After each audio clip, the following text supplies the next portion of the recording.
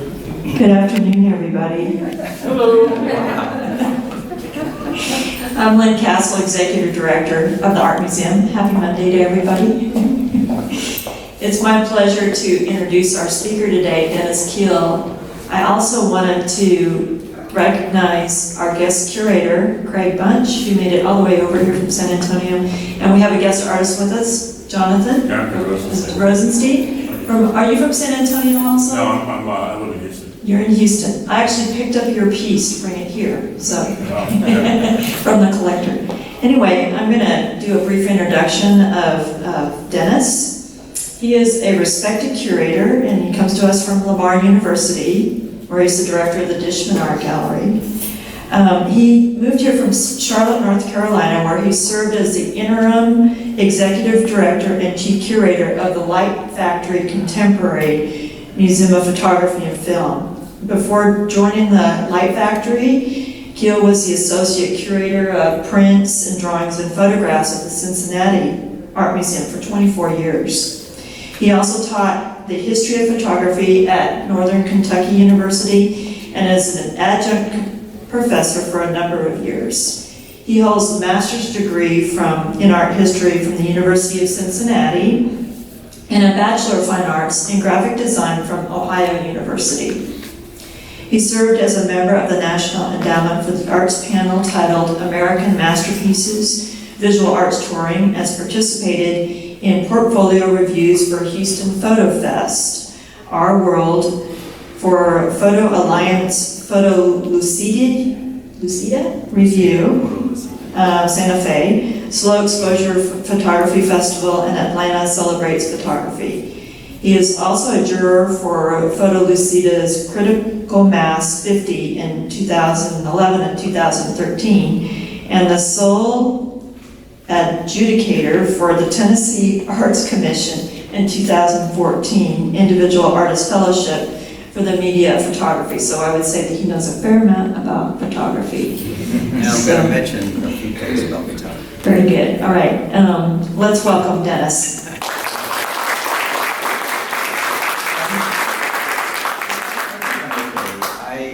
Thank you very much, and I want to thank Lynn and Mariah and Kara and all the other people here at AMSET for inviting me, and I hope it all works out.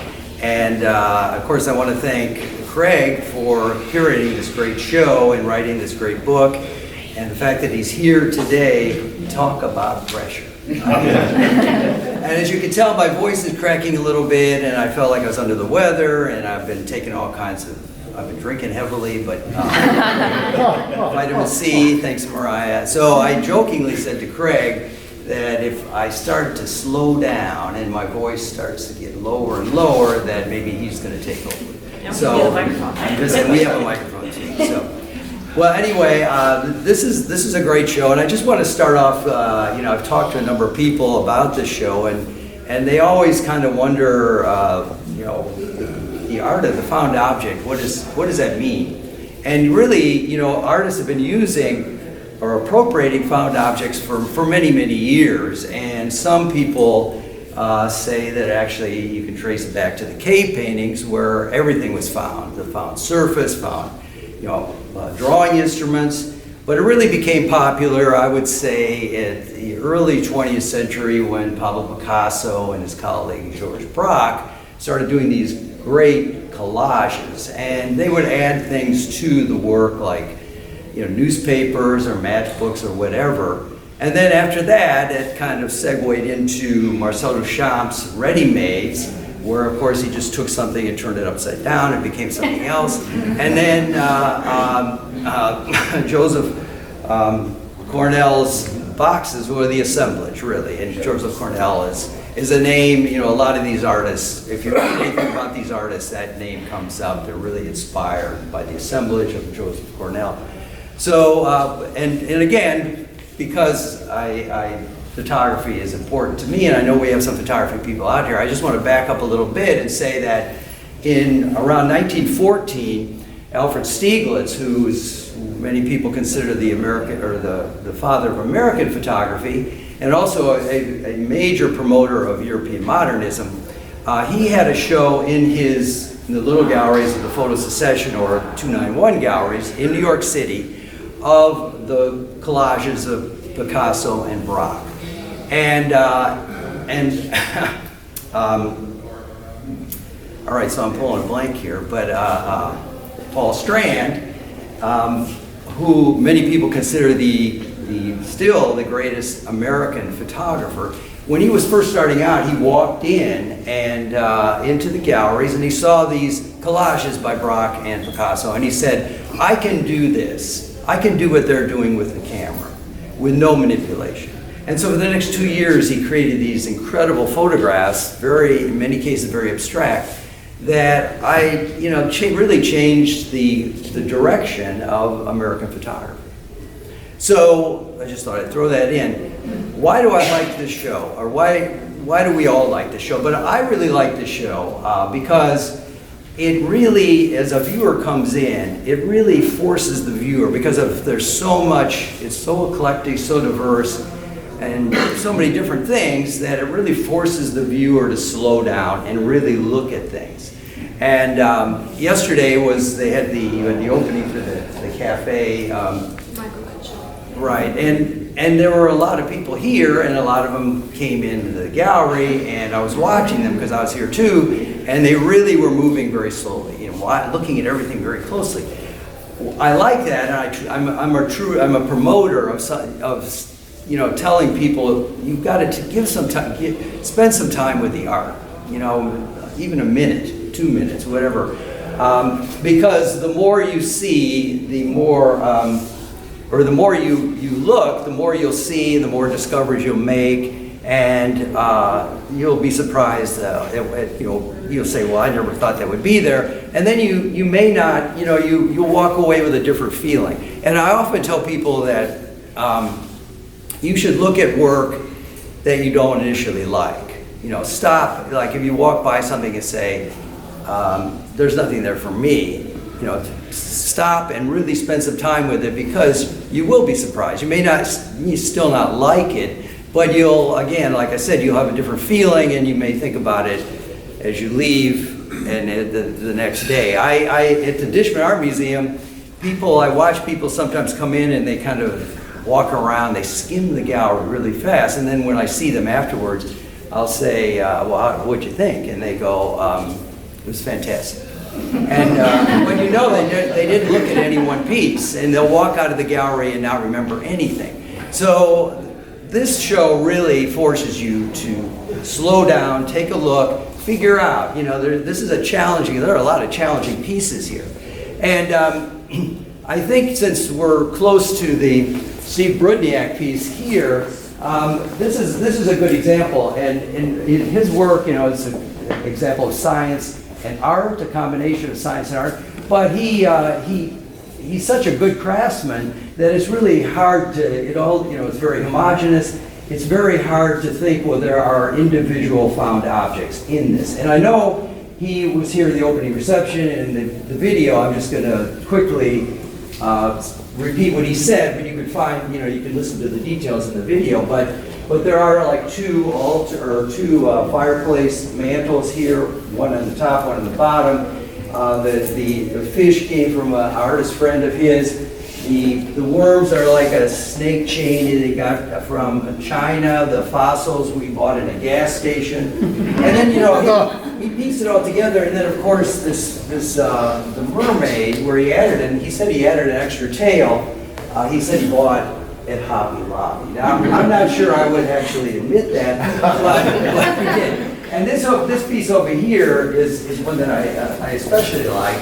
And Steve is interested in Buddhism and Hinduism, and he bought a couple of these things, these figures he bought on a trip to to Thailand and India, and really the title is called Abhaya Mudra, and it's really these are hand signals which mean fearlessness. And if you look at these figures really closely, you'll see that their hands are up, and really it's the Buddhist the Buddhist gods with the actually Hindu gods Lakshmi and Ganesh, and they're really playing a game, the cycle of life.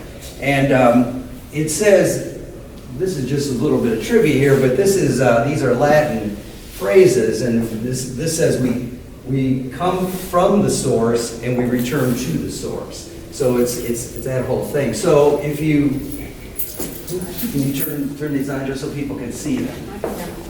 It's on the other one, ma'am. There you go. Oh, Now, I was told too that these you can turn them on this way, but there's also a remote.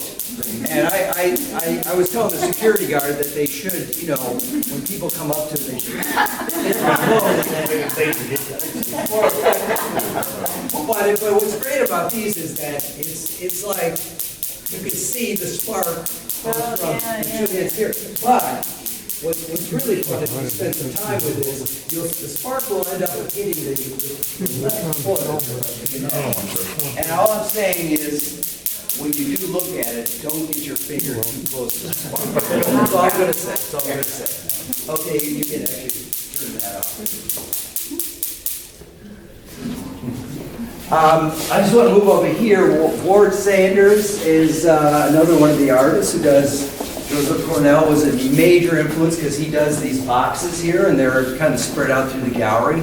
And he's really a fascinating guy. I had a chance to talk with him. But one of the things I really liked about him was that really sort of connected is that there are a lot of literary influences. I like to read, and right away, and actually in Craig's book, he comments on two of the artists, George Saunders and T.C. Boyle, that I'm particularly fond of. George Saunders wrote his first novel. He's known for his short stories called Lincoln in the Bardo. And T.C. Boyle, who happens to be my favorite artist or favorite writer, I really like his work. And if you're curious, the latest New Yorker, he has a short story in there, and he's got a new novel coming out in April. And of course, Flannery O'Connor. There's a whole group of these writers. And why does he like them? Because they have unconventional writing styles, and the stories are really strange. The very first T.C. Boyle book I read was called World's End, and it seemed like every other page someone was losing a limb. And one of the characters actually ate dirt. So it's a really, you know what to expect. So if you know these artists and then you look at his work, you kind of get an idea of where his mindset is at. His favorite author is David Foster Wallace, who, as he says, is able to take very mundane things and lists and footnotes and make them really exciting and interesting.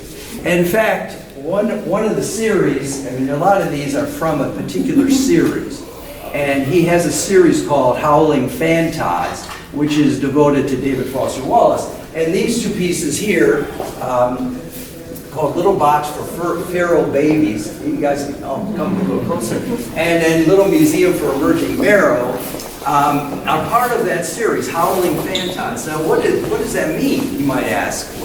And Howling Phantods was something actually his mother created. And when she was an English teacher, and when David was small with his sister, and whenever she would want to say something to them and she couldn't come up with the right word or couldn't think of the right word or there wasn't a word, she would make it up.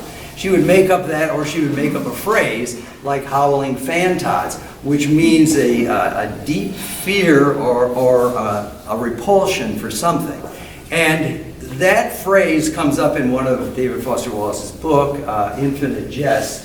So basically, if you go to Ward Sanders' his website, you'll see there's a whole series of things, boxes that are in that series devoted or dedicated to David Foster Wallace. Now, Ward Sanders says the title comes first. And then, of course, he either makes a box or usually has a box. And he's surrounded by all this junk. And he just kind of fills it with whatever he has. So sometimes, you read the title, and then you look at the box, and you think, I don't see any connection at all. So what exactly is going on here?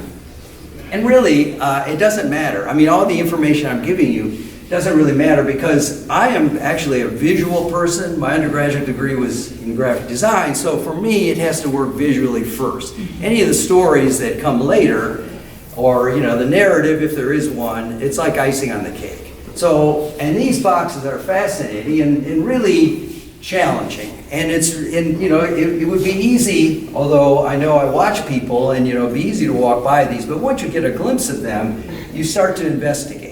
And so there are layers and layers of things going on. And of course, as you work through each layer, you try to find, as someone did say, as I read, you try to find a meaning that probably isn't even there. So, but it's the experience that's rewarding, and it's fun to try to figure that out.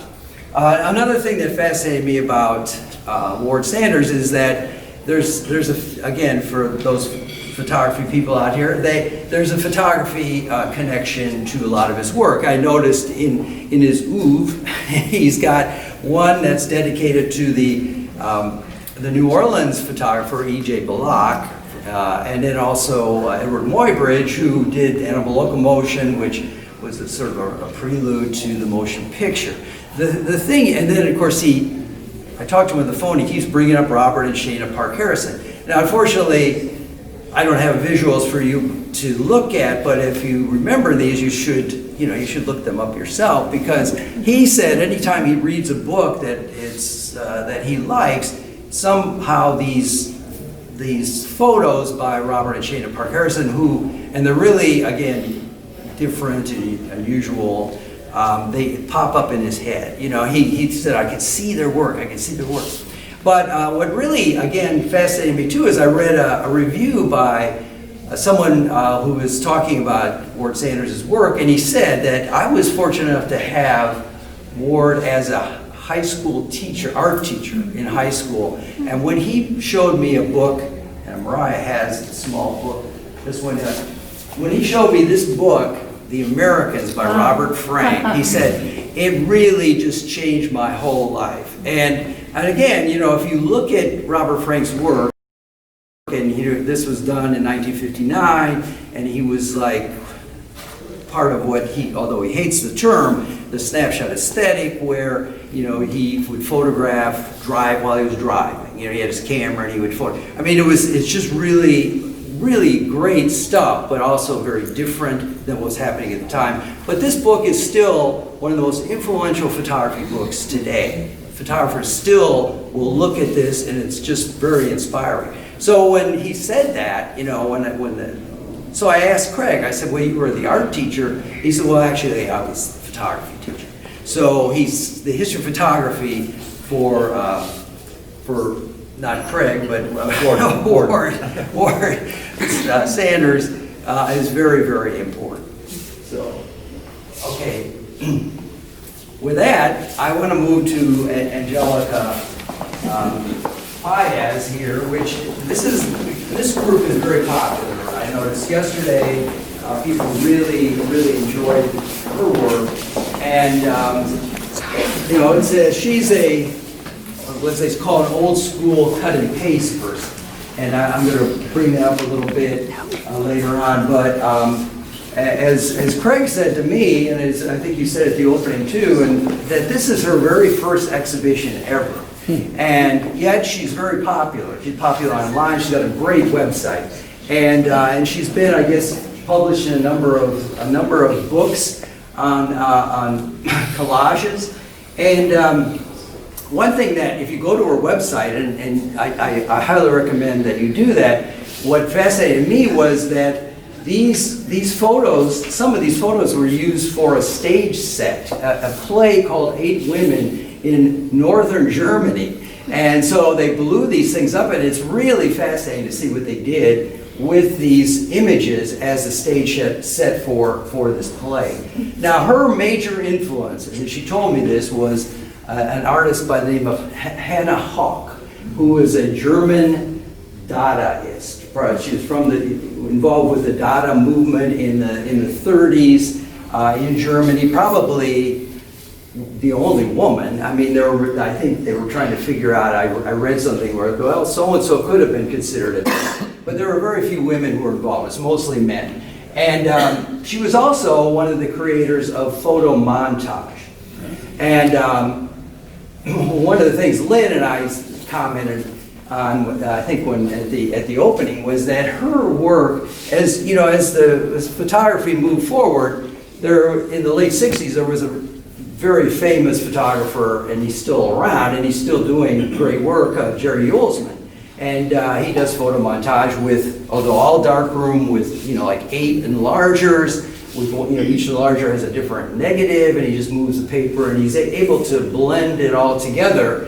And her work is very similar, although it's, again, cut and paste. If you know, it's really hard. She said well, okay, someone questioned whether this was digital, because the tonality is just so it's even. And, you know, if you're cutting things out of magazines and whatever, that it could be, you know, it's just not as consistent as this.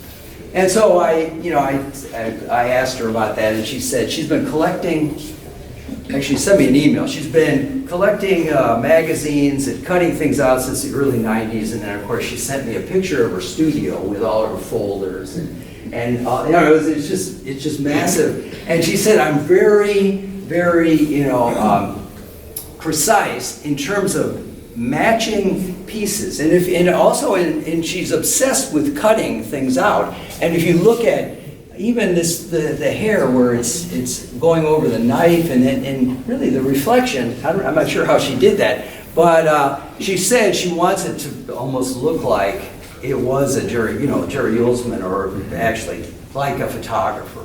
So it's really, all of this is very, to me, very fascinating. But I've been drawn to this one piece right here, and this is Veronica Lake Surfing. Is that the exact title? I think Veronica Lake Surfing. Yeah, and I mean, if you look at it, you can see really how the hair, you know, the wavy hair, and how it kind of goes over the surfboard. So it's really, really fascinating. But one of the things that drew my attention to this is that she cut this out of a magazine, but the original photo was taken by a photographer in 1941 by a photographer by the name of George Harrell.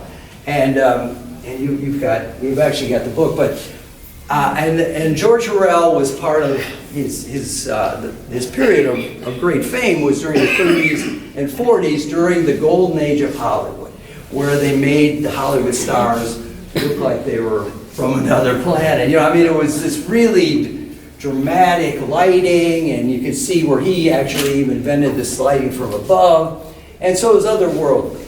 And of course, people loved it. The fans loved it. So he had an incredible career.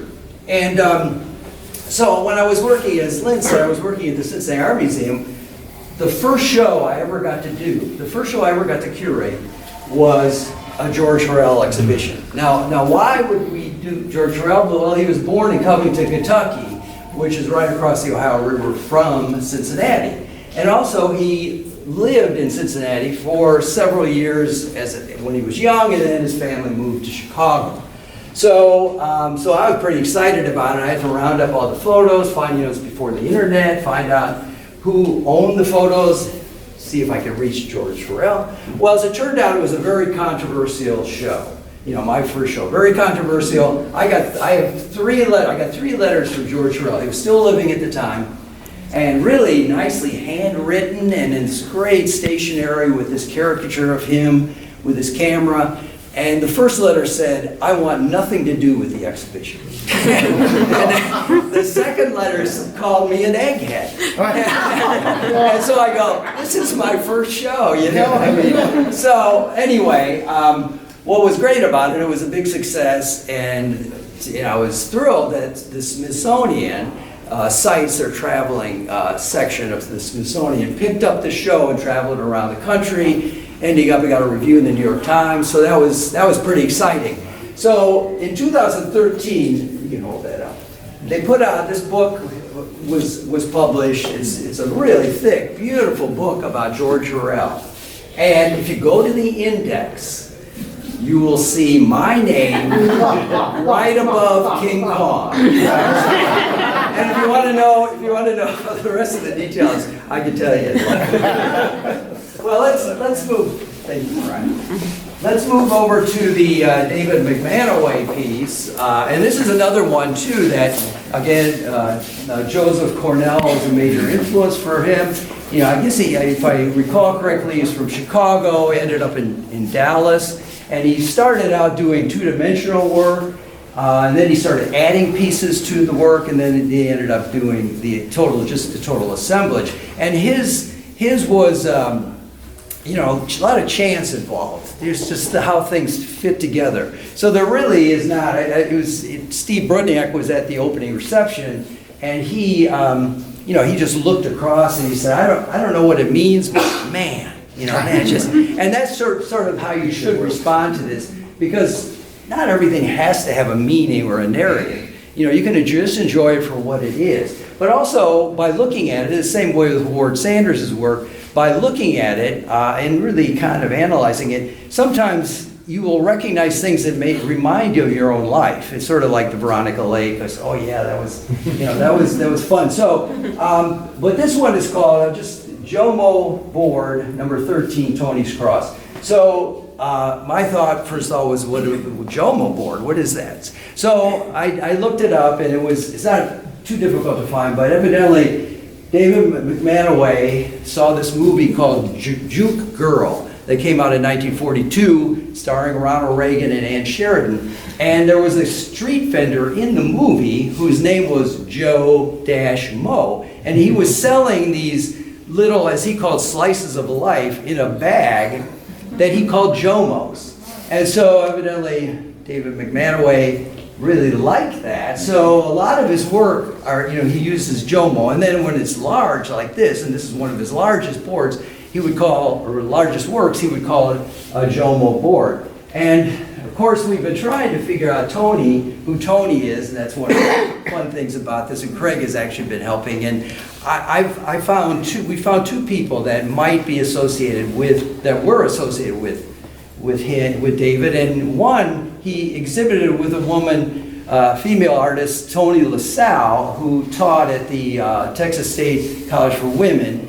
Don't know if that's the Tony, it's T-O-N-I. And then Craig found out through his people, I guess, that it was Tony. They mentioned Tony Beck, who, as it turns out, started I guess the dance department at SMU, Southern Methodist University, which, you know, is close to where he was. But we don't know. We don't know. So that's part of the enigma of this exhibition. Okay, so, you know, when you look at this, you can come up with all kinds of ideas, and you know, hopefully it reminds you of certain things. And it was funny, Kara and I were looking at this together, and suddenly I saw this.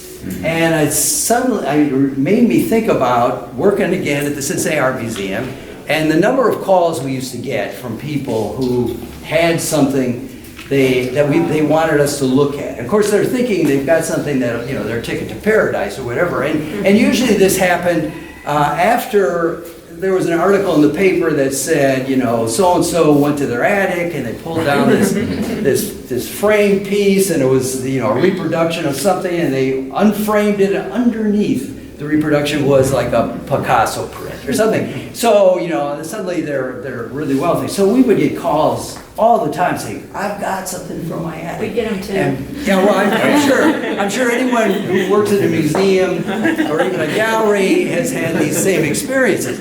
And you know, it's funny because, and I don't want to prolong this, but there's many great stories, but we would always, we had our administrative assistant, she would take most of the calls, and when someone would say, I got a picture, or instead of Renoir, they would say, I got a Renoir. And so we knew where that was headed. So, but, okay, so, and then, you know, to make matters worse, and this is something we did at the Cincinnati Art Museum, we did our own version of the Antiques Roadshow, where we couldn't give people a price for anything, but we could tell them, you know, you should get an appraiser, have an appraiser look at this. And it was, to me, I always worked, because I was prints, drawings, and photographs, works on paper. So we had a paper conservator in the museum. So I would always sit with her, safety in numbers. Because you'd be surprised, people would not take no for an answer.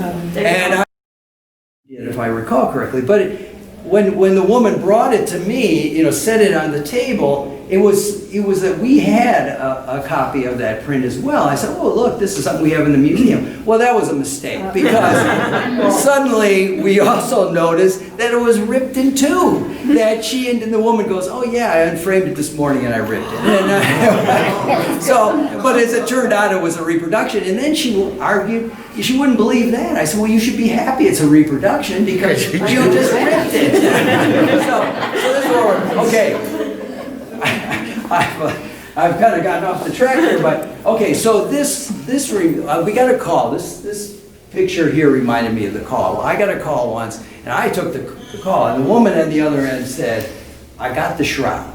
And I said, what? And she goes, I got the shroud of Turin. And so we go, all right, fine. But, it's not a great story because you know how that one turned out. Yeah. But we were nice enough to invite her in, and she brought it, and then we had to tell her, of course, that was always the battle, that it was a reproduction, and the shroud is not in the United States. So, but anyway, with that, I just want to comment just quickly on this, because at the opening reception, and I know Sarah Beth is not here, so I guess I can bring this up, that she admitted that her husband looked at this and said, well, this is not art. Which is great. I always love this. When you talk about photography, I get that from a lot of people, that photography is not art and this and that. And I love the whole dialogue or discussion. And I looked at this, again, it's something, how do you define art to begin with? And when you take pieces and then you arrange them in a certain way. And it reminds me of just curating an exhibition. Because, this show, which is pretty amazing how it's set up, but everything probably came in at once, or you had everything against the side wall or in the corner. And this is what always happens to me, you look at it and you think, how am I going to make this look good? And then you try to, you spread everything out and you arrange it in a very creative and you might say artistic way, so it invites people to come in. The minute they walk in, they want to see more. And it's, to me, that's an art in itself. And then when you have these pieces like this, and it's like you arrange it a certain way and it just clicks, that you'll stop and look at it. Sometimes you don't even know why you're looking at it. And I have to say, every time I go by this, and this is just me being a curator, that I'm so tempted to move things around a little bit. And I've even told the security guard, if I come in with gloves on, you better be careful. Well, no, I'm kidding, of course. But anyway, that's sort of how I feel about that. Okay, if you don't mind, we'll just kind of go around the corner real fast. Hey Dennis, before we stop, I don't want to put Greg on the spot, but I like the story about how this got in the show. Remember what you told me? Well, how it got in the show? I first saw this piece on top of a dresser in Maryland, one of Maryland's previous homes in San Antonio, and I don't think the dresser top was quite that deep. It might have been that wide, but I asked her, well, is this a piece or are these just things you collected? I think she thought about it a little, and she decided it was art, and it's been in several shows since. Well, I remember when you said that, and I think it's a good point. And even one time, the noted portrait photographer Richard Avedon was asked, because he's always defending his fashion work, his early work, because as art, because a lot of people felt, well, fashion photography is not really art. And then, of course, he started doing this really kind of gritty portraits.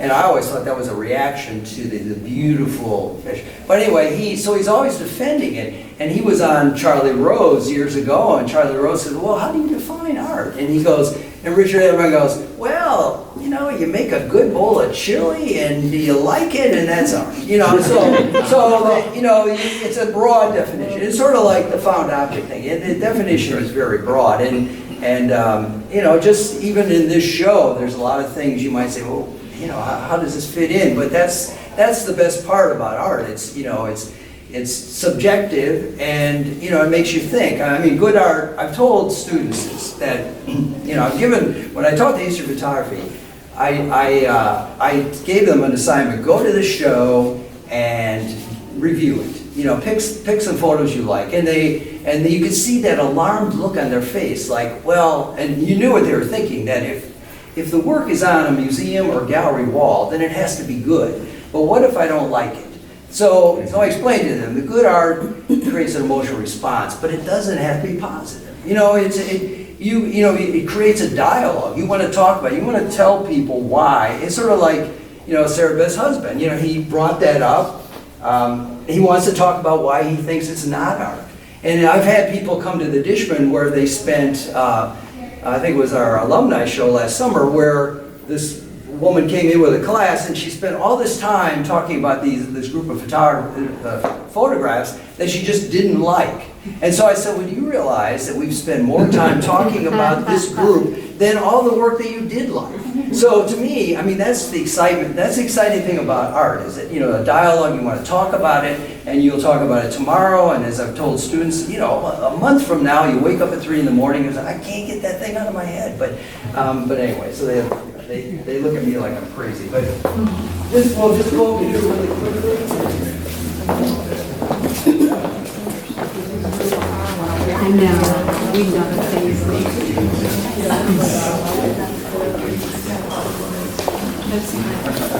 There's a couple of pieces in here, and these 2 pieces here are from a series that he calls Night Boxes. And it's really, the story or the subject is very intense, or the horror, he says, the horror of the story, the horror of the subject, but the beauty of the object. So he takes, in this case, and one other thing that I noticed when I was reading a lot of this, that with Steve, and especially with Ward, and this is Ward Sanders' work here, that the word absurd comes up a lot. The stories, the authors that he likes, the absurdity of the story. So here he's got this piece, and and I'm assuming it's kind of based on that. It's relics from Saint Absurda's entry into heaven. So if you look at this, there's a lot of sharp instruments here. So it must have been a tough time getting through to get to heaven. She must have really fought her way, or his way through. But so these are both from, and then the one around the corner is from Night Boxes. This one is pretty interesting because it's called Every Shadow Hides a Shaft to the Center. And Ward has said that his sketchbook has more phrases and things from books than it does of his own drawings. So what's interesting for me, and I don't have this memorized, but as I said, it's Every Shadow Hides a Shaft to the Center. That's the title of the piece. However, the sentence goes on a little longer. It's every shadow hides a shaft to the center of the earth, from which blows the gust of cancellation.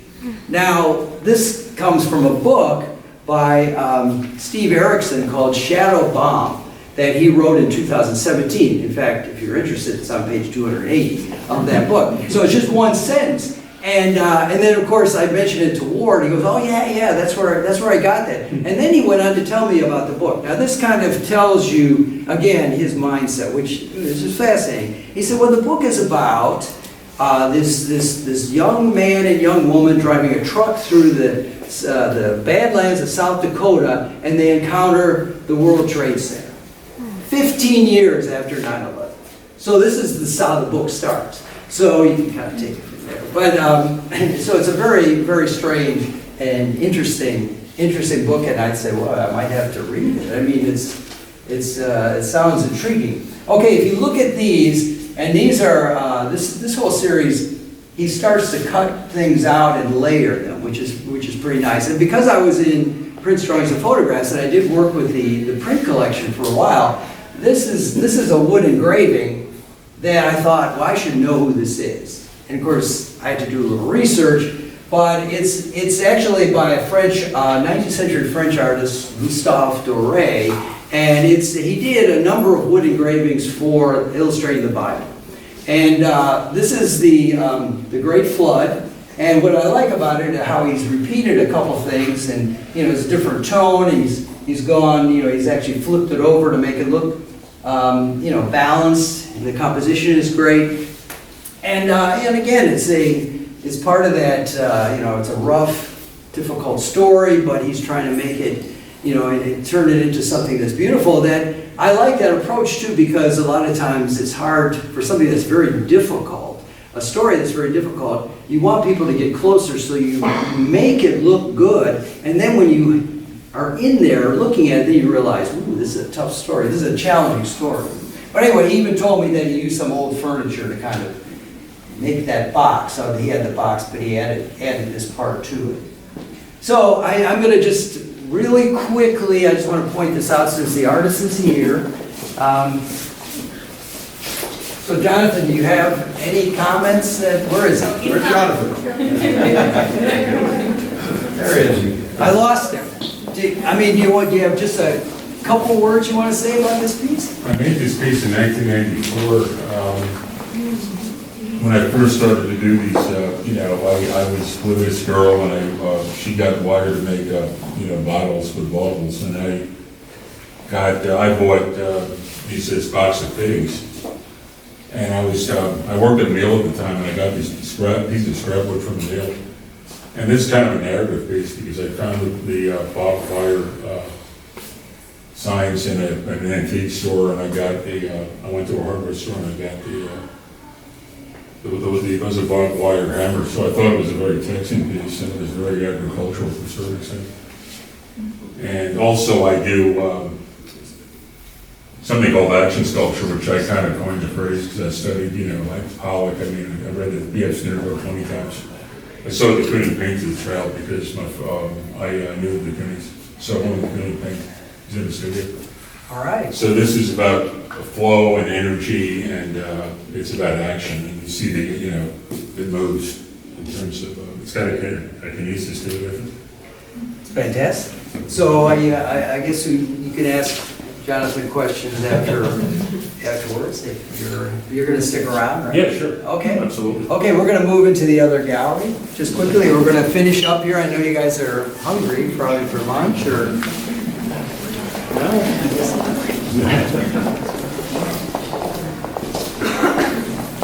All right, I just want to finish up with the Maryland Landfire pieces, and one of the things that's interesting, again, this whole idea of spending time with each work, and then the Maryland Landfire piece with the bathing suit and the suitcase. Many of you maybe walked by it. I know the first time I looked at it, I actually thought it was just a bathing suit folded in the suitcase, and I'm going, well, what's the point here? But then you find out it's a piece of limestone that she actually carved, and it's the name Opal is mentioned.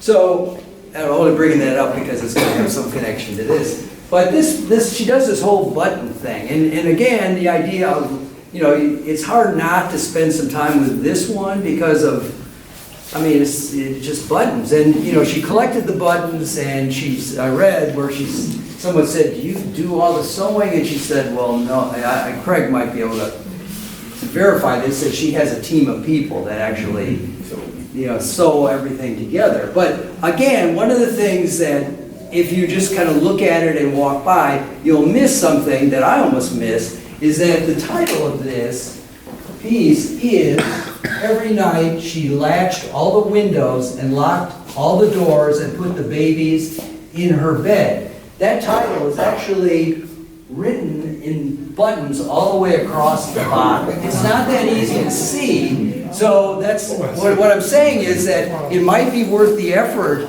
when you do look at work to get down on your hands and knees. Because you don't want to miss something like that. Okay, and finally, this piece here, I'm going to approach this, because some of you know what's going on here, but I'm going to approach this as someone who knows nothing. And of course, the title is Mother's Chair, and there's a long history. Maryland Landfire, all her work, I believe all her work has a family history, and it's about her family. And this chair, there's a long history of this chair, and the woman Opal, whose bathing suit is limestone in the suitcase, was her aunt, and actually, in the long history of this chair being passed down, was one of the owners of this chair.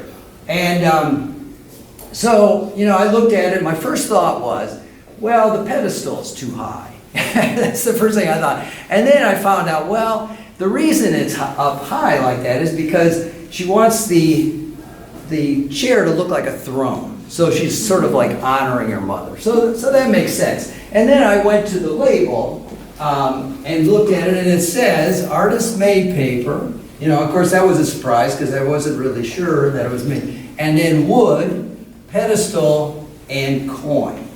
Okay, so I'm thinking, coin? Well, where's the coin at? You know, so I looked at the pattern. I thought, well, maybe the coin, since this is a circle, maybe the coin was used to create the pattern on the handmade paper. So, of course, I scoured the whole thing, thinking that, well, maybe the coin is attached to one of the circles. Of course, I was wrong. And then I find out, well, the coin is underneath the cushion. And then, of course, I had to look all that up, and Marilyn said, well, I try to keep it to the period, and so I use a buffalo nickel. And so, okay, so Andy Coughlin is here in the back, of course, he's way in the back, and he wrote an article for the issue, which the Art Studios monthly periodical, about this. And within the third paragraph, he's writing something about the chair, and he meant a mother's chair, and he mentions the coin, which was very different than it was very different than what I had read. So within minutes of reading, first I'm on the phone with Andy going, well, where did you find that? You know, where did you find that? So he said, well, I talked to Craig, and Craig told me. And so, you know, I just want to give the final words today to the curator and author of the book, so he can tell us what kind of coin is underneath that cushion. Well, because Marilyn was in the habit of losing the coins that went under the cushion. That's right. Between exhibitions, and the last one had been a buffalo nickel, but we couldn't find it anywhere. And Marilyn had a stroke. She's 88 years old. She had a stroke about 3 months ago, and it's very difficult to communicate with her now. But I bought the coin that's currently under there at an antique shop in San Antonio, and I brought it up here the day of the opening, and Sarah Beth Wilson had her put it under the cushion with her white glove, and it was a 1930, it was a period coin, it was a 1934 silver dollar. Can I say one more thing about the Steve's piece, the smaller piece on that wall? That also incorporates coins. Coins melted in the 2011 wildfires in Bastrop. And Steve made that piece for the artist who lost his home in that wildfire. And so that piece was loaned by the person who I think he said that was the only thing left. Those melted coins were a remnant of... Well, I will say, and thanks for bringing that up, I will say, as a curator, it's frightening to think that once people know that there's a coin under the cushion, that they actually grab it, you know? Because, of course, you shouldn't be touching art at all. But the fact that they lost that many coins, you think, oh my God. So anyway, so thank you, Craig, and thank you all for spending, you know, this portion of your afternoon or lunchtime with me. Any questions? I probably won't be able to answer them, but I'm... Why does that bring me? It looks like they're Hebrew letters engraved into the stone. Oh, well, I couldn't, you'd have to ask Steve that. Yeah. I couldn't tell you what those Hebrew letters say, but that was very intentional. Well, he's got a number of things, and really, it's sort of open-ended because he's got a lot of Latin phrases that I mean, his book is really, he's got a great book. I was reading through that, but a lot of the things are revealed in his book that, you know, you wouldn't know otherwise. So, but again, to me, you know, it's some of his work is, and you know, a lot of the work here is just visually exciting. So, you know, it's great, like I said, it's icing on the cake to know more about it, but you can enjoy this without knowing that information. So, Very good. Well, thank you all.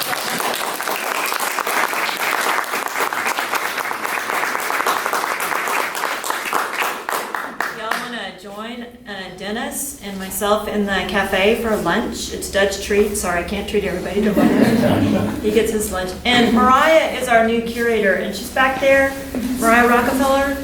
come on up, come on up.